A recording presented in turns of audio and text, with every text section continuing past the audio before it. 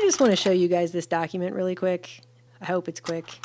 Because I'm not an astrophysicist. I can't explain half of what's in this document, but I think in a way that's kind of the point, because there's a huge divide between the science that is typically generally accepted and known by the public, and then the things that are being worked on in classified top secret programs. So this document came out last month. It was in response to a FOIA request of Mr. Stephen Aftergood of the Federation of American Scientists to the Defense Intelligence Agency regarding any products that were produced under the Advanced Aerospace Threat and Identification Program contract.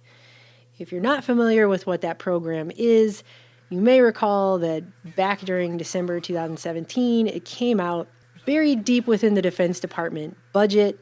There was a $22 million program called the Advanced Aerospace Threat Identification Program, which even the New York Times admits was almost impossible to find, which is how the Pentagon wanted it. And they talked about how this was a program initially largely funded by Senator Harry Reid, which, as most of you know, is just a real stand-up example of a human being.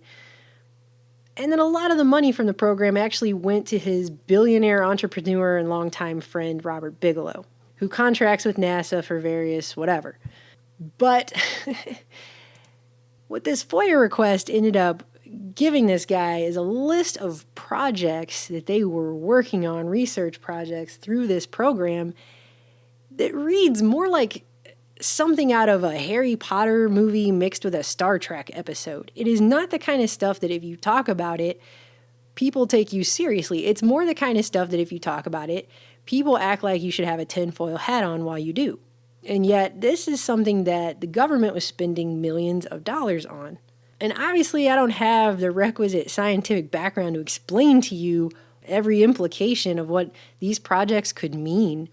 But I think just the titles alone are pretty informational. So they gave him this document, which was actually a letter that was sent out to Senator John McCain and Senator Jack Reed. It talks about how there are 38 reports associated with the DIA's involvement in the program, which just that phrase alone makes me think there should be more FOIA requests to other agencies, since obviously it just infers that there may be other agencies involved in this program and that it went further. And it says all are unclassified or for official use only, except for Attachment 37, which is a secret, no foreign version of Attachment 38, state-of-the-art and evolution of high-energy laser weapons. This is what I'm talking about. This is a very interesting document. So let's just get right to this, okay? So you have inertial electrostatic confinement fusion, advanced nuclear propulsion for manned deep space missions, pulsed high-powered microwave technology.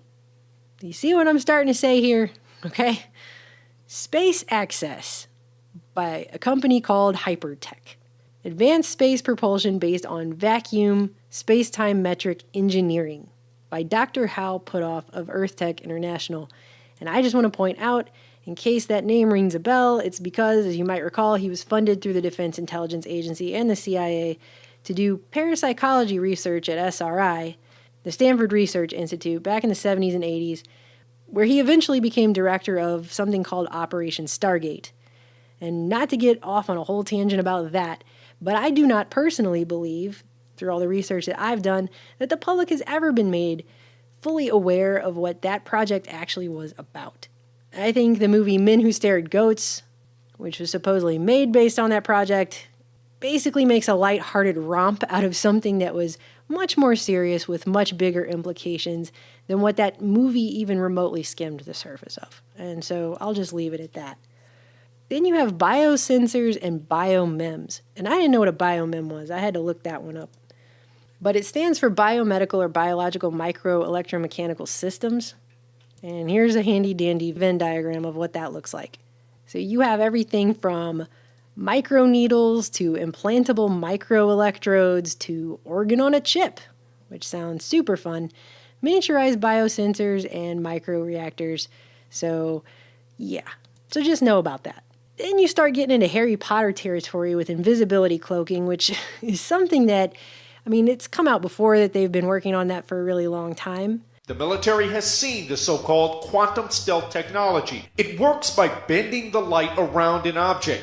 But it still sounds like a Harry Potter movie, just to say the phrase invisibility cloaking. But it gets better because then you have traversable wormholes, Stargates, and negative energy by a guy who also works for Earth Tech International, presumably with Dr. Hal Puthoff. So when people talk about stuff like that, and then everyone else makes jokes at their expense because it sounds like a Star Trek episode, like I said, well, here's a $22 million Pentagon program working on that exact research. And this, by the way, is from, like, that program was supposedly shuttered in 2012. So this is stuff that is at least over half a decade old, if not older. Then you've got high-frequency gravitational wave communications, role of superconductors in gravity research, anti-gravity for aerospace applications, once again out of Earth Tech, the vague but horrifying field effects on biological tissues, positron aerospace propulsion, concepts for extracting energy from the quantum vacuum, again at Earth Tech, an introduction to the statistical Drake equation. That one is the closest that they ever get to really making it sound like it has to do with actual, what most people would consider aliens.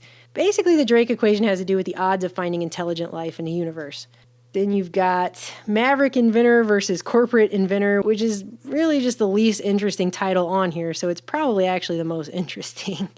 Biomaterials, metamaterials for aerospace applications. Then you've got warp drive, dark energy, and the manipulation of extra dimensions. That's a title on here. Dark energy and the manipulation of extra dimensions. You know, when you mention stuff like that, or people who do videos and talk about the technology they're working on at CERN, where CERN scientists even talk about extra dimensions and the manipulation of energies and things like that. What are we looking for? Things like dark matter, dark energy, supersymmetry, quantum black holes, large extra dimensions. That's not speculation on the part of me. That is straight from the mouth of a physicist, literally there. If you talk about that, you get called a crazy person. Here it is, in a declassified government document, that they were obviously spending money to work on those concepts. Technological approaches to controlling external devices in the absence of limb-operated interfaces, materials for advanced aerospace platforms, metallic glasses, aerospace applications of programmable matter, metallic spintronics, space communication implications of quantum entanglement and non-locality, aneutronic fusion propulsion from Lockheed Martin, cockpits in the era of breakthrough flight, or how about this, cognitive limits on simultaneous control of multiple unmanned spacecraft. It's pretty obvious to at least infer from that one what they're talking about is being able to control UAVs with your mind, and I guess how many can you control at one time? Detection and high-resolution tracking of vehicles at hypersonic velocities, aneutronic fusion propulsion too, laser light craft nanosatellites, magneto-hydrodynamics, air-breathing propulsion, and power for aerospace applications, also by Lockheed Martin, quantum computing and utilizing organic molecules and automation technology, quantum tomography of negative energy states in the vacuum, ultracapacitors as energy and power storage devices. I mean, a lot of these titles just sound like Doc Brown and Marty McFly are going to get in the DeLorean and go back in time. Again, just the fact that they're spending millions of dollars on it should tell you something. Negative mass propulsion, and then, as I mentioned earlier, the last two have to do with the state-of-the-art and evolution of high-energy laser weapons, the kind which, if you talk about, again, someone asks you where your tinfoil hat is. Obviously, it's something they've not only been working on, but there's a version of the paper that was at one time classified secret, no foreign, which is your second to highest level of classification that exists that we know of. I feel like what these titles tell me is that the technocracy has progressed scientifically way beyond not just the 5 sense reality they want the majority of everyone to spend all of their time focused on under a spiritually dead scientific dictatorship, but the scientific dictatorship has progressed beyond the point of attempting to conquer the neuron and the genome, which is the physical fabric of you and I, to the point of manipulating the very fabric of space-time itself on apparently all levels. And not just the quote-unquote outer space that everyone thinks of is distant and far, far away, but all of space, which is technically everything that's around us all the time, which is an important distinction because I don't think a lot of people think of space that way when they think of space. It really is all the dimensions around you at any given time. The air in front of your face is space. So we're talking about dimensions now that transcend what you can perceive in your five senses. This is the level that this kind of science is at. Serious question for you. I don't know if you ever saw Stranger Things. Have you guys paid attention to this? On the show, they have a Department of Energy, and they spend a lot of time investigating a parallel universe. What can you tell us about that? I can tell you, first of all, that I've never seen it. Secondly, I believe this fictional DOE laboratory was operating in the 1980s. You can draw whatever inference you wish from that. Let me share with you a vision of the future which offers hope. Third, I will note that actually we do work in parallel universes. We do work in parallel universes. Well, actually, this is the level this kind of science was apparently at years ago. And I'm assuming if they put this in the public domain, it's because this is old hat. And they don't really care if people know. Plus, they're probably banking on the fact, as I've said before, that most people aren't going to know what half of this stuff means anyways, or the different ways in which it could be used and applied. Just like the average person has no idea why we're going to add a branch of our military that's going to be the Space Force. But obviously there's a lot more to space and all of the dimensions of it, not just what you can see and perceive, than most of us have any idea about, which is by design, obviously. So I just wanted to show you that this document exists. Because it's not a throwaway Star Trek episode. It's actually a real declassified document coming out of our Defense Intelligence Agency. And if that's the stuff they were working on over half a decade ago, then take a guess on what they might be working on now.